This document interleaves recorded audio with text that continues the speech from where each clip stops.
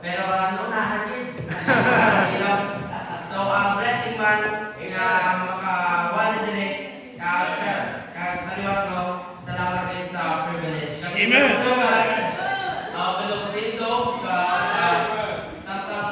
dito kamot yung bukasin yung mga Bibles sa Ecclesiastes chapter 12 verse 1. Ecclesiastes chapter 12 verse 1, a very common passage ang atong pagkatunan sa subong aga. Amen. Ecclesiastes chapter 12 verse 1. So sa mga may Bible, no, yung lang share sa may mga Bible. So if you're there, say amen. Amen. Amen. So magabasa kita verse 1. Hindi kasi masubok pa.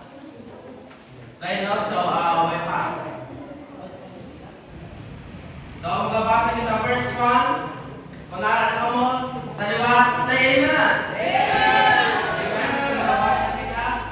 Ecclesiastes chapter 12 verse 1. Ready? Read. Remember thou thy Creator in the days of thy youth, while the evil days come not, nor thy years draw nigh, when thou shalt say, I have no pleasure in them. Let's pray.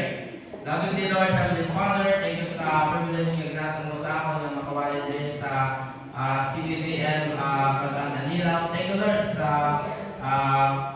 opportunity nga ginatong sa ako pagi kay Pastor Mervin. Kag sa subong Lord na tinion ka para pag ito mag-bless kasi nga mensahe. Gamitin ka Lord sa channel of blessing nga ang imong pulong masugid sa imong mga kanakan nga ma-revive Lord at dapat ma-revive. Kag makabato Lord ang may pakabatong sa imo. Ikaw mag-bless sa mensahe. Give words in my mouth that you want me to speak. Kag hindi Lord ang mga words na hindi mo gusto ngay ambaw pa. Mag-bless sa Lord na daw sa nabilin nga tinion karon. Sa ngalan ni Jesus. Amen. Amen. So please be seated. Amen. Diretso. But remember now thy Creator. Remember means knowing God.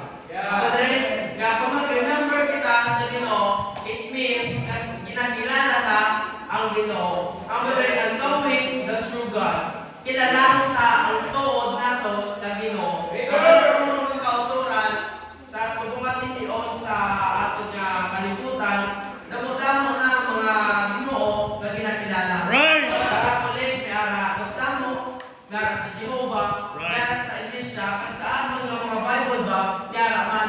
Pero sa Bible ba, may ara sa aton, among tuod nga Ginoo. Amen. Remembering means knowing God, knowing the true God. Amen. Kailangan natin ang tuod nga Ginoo sa aton nga kabuhi. Hindi lang knowing the true God, keeping our relationship with God. Tingnan ta ang atong relasyon sa Ginoo. Kapag mo mga autoran, ang relasyon ta sa Ginoo, kinahanglan din na naton. Kaya kung mabuka na ang relasyon, kung maguba na, then bad din na para sa aton. Ang muna nga, keeping our relationship with God is a blessing and it's important para sa aton. Dapat ang relasyon na sa Ginoo, dapat din na magubon ang trust ng Ginoo sa aton. Maybe mga times nga down kita, may arang mga times nga daw feeling ta magabaksay na kita. No, dapat dumdumon ta ang atong relationship sa Ginoo nga dapat hindi na pagubon because ang trust ng Ginoo ara sa aton. Hindi lang keeping our relationship with God, and living a life for God. Kabuhita ang atong nga kabuhi para sa Ginoo. Most of people today forget God in their lives. Damo mga young people sa subong, ginakalimtan ang Ginoo sa ilang kabuhi. Right. Kaya ang mga young people nga way sa lalabot sa Ginoo, kaya bata pa man. Right. No? Nang persado pa man, may gusto pa man. Pero dapat samtang kita, young people pala, dumdumon ta ang ang Ginoo sa ating kabuhi. Most young people today forget God in their lives. They never know the true God. Why di sila kapalos ang tuod nga Ginoo? No, there are times nga damo young people may nalabot na ng ilang mga ginahimo. Right. Why sila labot nga kung ang ilang ginahimo may halit tukod maan. Right. Why sila ga panundong kung may halit ang inom, may halit ang sigarilyo, may halit ang ang ginatawag sa mga babe. Right. No? Kaya sa kabalo, magahalit na, kag magahalit na sa ato. Right. So, ako na, nasang young people po kita, nga dumdumunta ang ating nga Ginoo. Amen. They never know the true God. They never live for God. Why kasi sila mabuhay para sa Ginoo? Kabalo mo mga kauturan na dapat kita magabuhay sa Ginoo.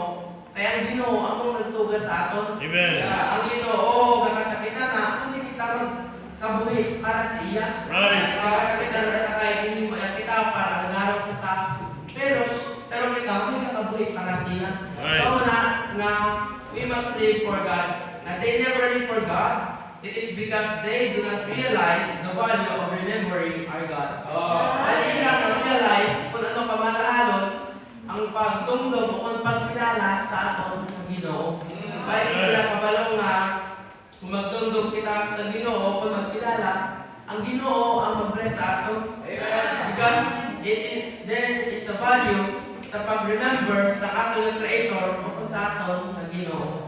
Pero why nila na-realize nga aman kaway sila labot sa Ginoo sa inang kabuhi. So right. maaga, samtang way pa nag-abot ang kamatayon, samtang way pa nag-abot ang ginatawag na death sa inyo, dumdumon niya na ang Ginoo. Amen. Dili na magdugay, why do we need to remember God in our youth? While we are still young. Kaya kinanglan tabla dumdumon ang aton ang Ginoo samtang kita bata pa. Kaya kinanglan na samtang kita bata pa. So dito magdugay, number one, because it is God's command. Amen. Command na sa Ginoo, sugo na sa Ginoo, nga hambadi, remember now. Amen. Kung pala, dumdumon na ang aton ng Ginoo. Right. Ay ba, Amen. sa pwedeng karon, sa gabi, magatulog ka, hindi takamugta. Right. Pwedeng karon may takabalo, kung saan mo, kumatayo mo kaabot. So, samtang waay pa, nag-abot ang kamatayo sa aton, remember now thy Creator. Amen. Because it is God's command, we need to pay attention.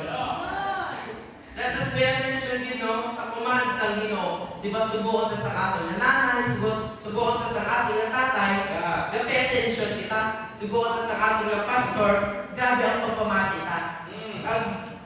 Importante gini nga ang Ginoo amo na ang nasugo sa aton. So we need to pay attention to God's command. Hindi lang we need to pay attention, we need to put it into action. Nga action speaks louder than words. So wala nga, hindi lang tayo magpamati, hindi lang tayo mag-asta lang sa hambal-hambal, kundi we must put it into action. Himuotang, kaya ang command sa Ginoo, it needs action. Kinanglanan niya sa tao na maghimo sina, kinanglanan niya sa mga tao nga will put it into action. Kaya hambal din sa Bible, the harvest truly is plenteous, but the laborers are few. Ang kalalibon, kalapat, pero mga hindi, gamay. So, manatubot sa inyo sina, nga ang bilog ng kalibutan, kinanglanon ta, nabuton. Kinanglanon ta, more laborers. Sa mga talakad sa Ginoo, ang ginagawa ko din, we need to put it into action. So, hindi lang we need to put it into action, we need to perform with affection. Pinapalimutan na nga may tugma o pagpalangga. Kaya kalain man ano na we will put it into action pero gusto mo gaman. No, wakal-wakal ka man sa kilid. Tuon nga ginahimo mo pero lain ang buot mo. So ang we need to perform with affection na samtang sunod ta ang sugo sa Ginoo, we need to perform with affection na dapat na obrahon by heart. Hindi lang sa baba, kundi aras ng pusoon na we need to perform with affection. Hindi lang we need to perform with affection, we need to pursue with accuracy. Kaya kailangan ka affection and accuracy. No? Na okay man na obrahon mo, na may gugma sa iyong mga obra, pero wala na nagpataka ka lang. Wala accuracy na mabaglong ka sa kungkan, yung bakal mo, Pokemon. Right! So dapat, kaya inyong dali ang aton nga obra, we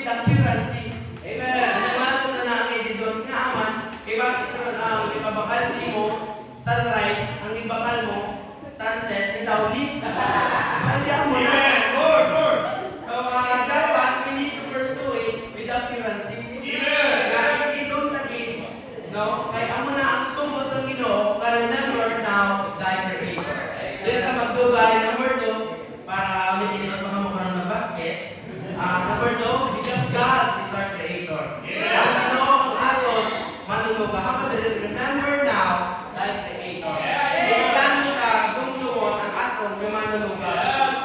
Kaya ang Ginoo, ang nagtuga sa aton, as our Creator, He shows His power. Huwag mo namin makita sa kalibutan nga maghimo sa isa ka planeta sa aton ng adlaw. Huwag na gina may makita. Right. Ang Ginoo lang gina ang makahimo. Amen. So, our Creator, He shows His power. Amen. Kaya makita niya ang iyang nga kusog sa aton. No, nga pinaman sa katig sa aton. Kusog in times na downtown. Right. In times na daw buya na ta sa simbahan, dumdumon ta nga ang Ginoo gives His power. Hindi na ta dugay as our Creator, He shows His purpose. Amen. Kaya nagitugan ta sa Ginoo ay di ba mabalian ta nga sa there sa Bible nga samtang ginansa si Jesus nagdulong ang kalangitan. Now there are thousands of angels na nawalat lang sa isa ka subok sa Ginoo. Right. Napatyon ang tanan niya tao, pero naamay na hinimo sa Ginoo because He has a purpose sa aton. Amen. He has a purpose sa aton.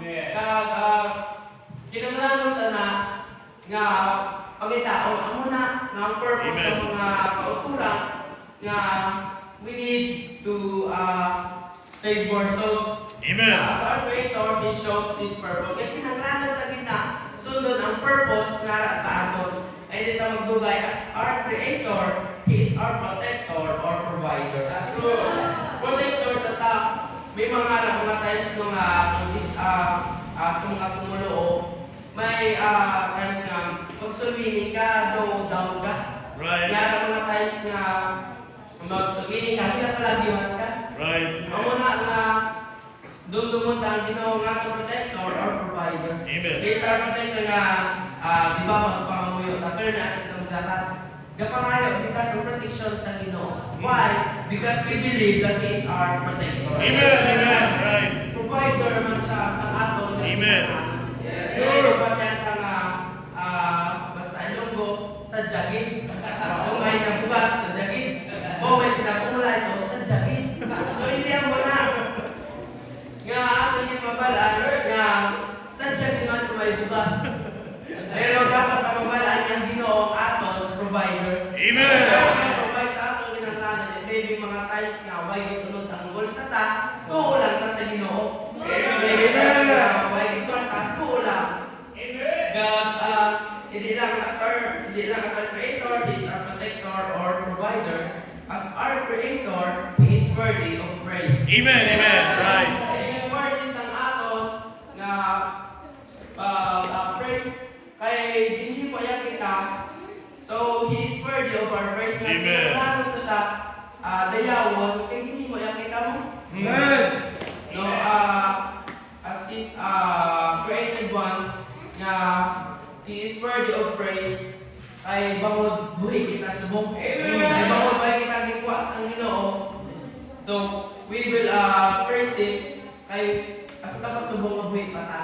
Sir. Number 3 kay nasigon ta na niya. Amen. Prince. Prince. Prince. Number 3. Amen. Gusto niyo man malasi?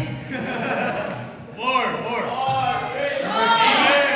Because it is God's concern. Concern Amen. is ang Ginoo kamadre. Remember now the Creator in the days of the youth while the evil days come na. Samtang why pa nagabot ang mga malaot na tiniod, muna ang concern na sa Ginoo nga ato din nakabalaan. Laban ata ang kalibutan subong galaot na galaot, may makita ta everywhere we turn ang immoralidad arakid. Kasalanan arakid. So magalala pa na. So samtang way pa na nagdala ang madali sa Bible nga while the evil days come not, let us remember our Creator. Because it is God's concern that we should be a blessing. Dapat kita maging blessing sa atong simbahan. Ano na ang concern sa kasimbahan? Amen. That we must be a blessing. Amen. May banda mga joyrider lang. Right. Wag kita maging blessing sa simbahan. So muna nga, it is God's concern. Yung manting mo hakta na maging blessing sa simbahan. Amen. Amen. Maybe nga kapanamig ka lang sa inyo sa simbahan. Kapaan na ang attitude nga lazy. Right. We should be a blessing sa aton nga simbahan. Amen. Amen. Kung lang tayo maging blessing, kaya mo na concern sa Ginoo. Right. Kalain man nga ang ibang kapangabudlay, Right. ang ibang grabe ang sumiling, tapos ikaw hindi igda ng Right. Gawin mo alam na, dapat Right. natong nabalaan na concern sa Ginoo ang pagka-blessing sa simbahan. Amen. Hindi lang that we should be a blessing, that we should give our best. Amen. Amen. Ang aton na best sa simbahan. Now, kapunay ko siya sa blessing nga we should be a blessing at we should give our best.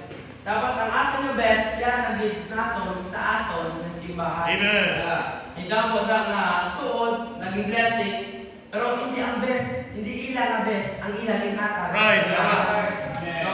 Katuwa lang din ang ila Right. ginatan. So we must give our best sa aton na simbahan.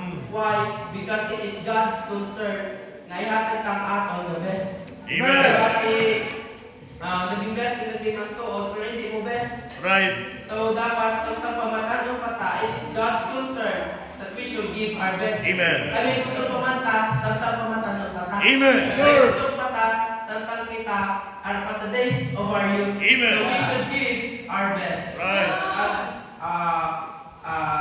Last day nga, that we should not burn. Because it is God's concern that we should not burn. Right. Concern nila sa Ginoo, hindi na masunog. Masunog sa din, sa impyerno. Right. Kaya there is a Bible, and whosoever was not found written in the book of life was cast into the lake of fire. Right. Amo diri ka sa when nakita ang sulat sa libro sa kapoy, ipatatag mo sa inyong makalayo. Right. Amo diri ka concern din sa Ginoo ay hindi ta masunog. Hindi ta magladto sa doog ka impyerno. Amo na sa subok na hanungdog gid sa inyo, kasang bata pa kamo nga dumdumon tanan aton kung manuluga. Sir. Kada nagidumdumon ang aton nga manuluga, samtang kita bata pa. Kahit maybe na hanggang pagina, karon magtulog ka na, hindi ka nakabukta. Right. Baby boss, may kakabarong na ng matabo simo, samtang way pa natabot sa aton ng kamatayon, dumdumon ta na ang aton nga manuluga, samtang kita bata pa. Right. Amen. It is God's concern that we should not worry. Kag sa concern sa Ginoo, babalata nagbalansa siya sa cross. Sir. Amen. Kung mas sa aton, habadri, for God so loved the world that He gave His only begotten Son. Habadri, ang palangka sa Ginoong kalibutan sa bagay ginatagya ang iya bugto. Amen. Kung sino magtuos na hindi ng malaglag, kundi magkabuhi ng wising katapusan. Muna nga concern din sa Ginoo nga sa sobra ka concern sa aton, yung padala niya ang iya bugto nga among mga bahay niya sa ating sala. Amen.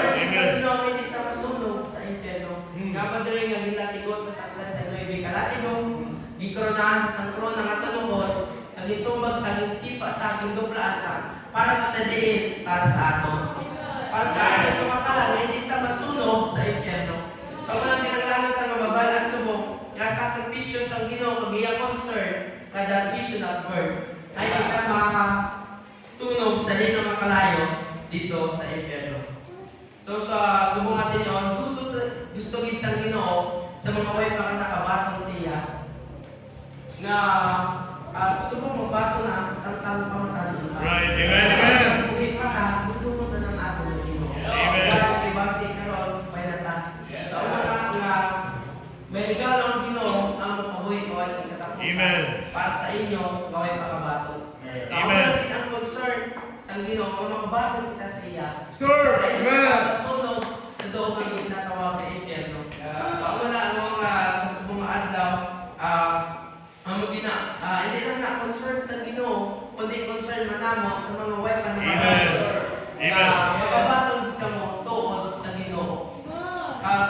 One day, mapatay mo ka mo. Kung sincero na ka mga nagbato, one day magabalangit ka. Amen, amen. So, sa subong nga adlaw, no, pwede na rin ko mapangabay sa mga way pa nakabato. Doon mga first time sa pagtindog.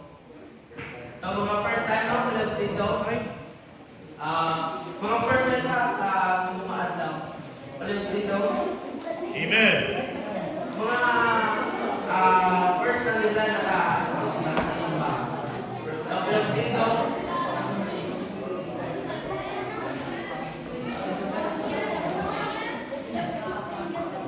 So, ako na nakabago naman ay So, salamat no sa mga first time ka. Sa subungan din yun, no, pangabay ko na lang si Pastor Jordan sa lead sa Sinners Prayer. So, Amen, amen, amen.